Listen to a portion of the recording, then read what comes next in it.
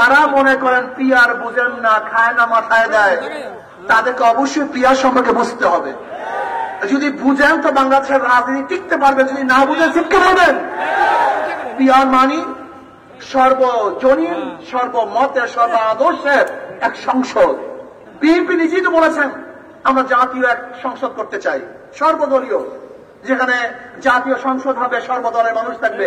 তা পিয়ারের মাধ্যমে সর্বদলীয়, সর্ব আদর্শের সংসদ করা সম্ভব। পিয়ারের মাধ্যমে যতটুকু ভুল ত্রুটি দেখেন, দুর্বলতা দেখেন, এর চেয়ে শতগুণ, হাজার গুণ তার উপকারিতা আছে।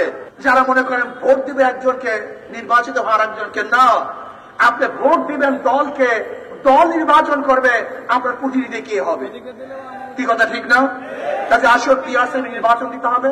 যদি পিয়ারের বাহিনী নির্বাচন আবারও ফেসিস হবে, গোলাগুলি হবে, মারামারি হবে, ভোটের বাক্স ছিনতাই হবে, কালো টাকা সরাসরি হবে, এবং সেখানে পেশি শক্তি ব্যবহার করা হবে।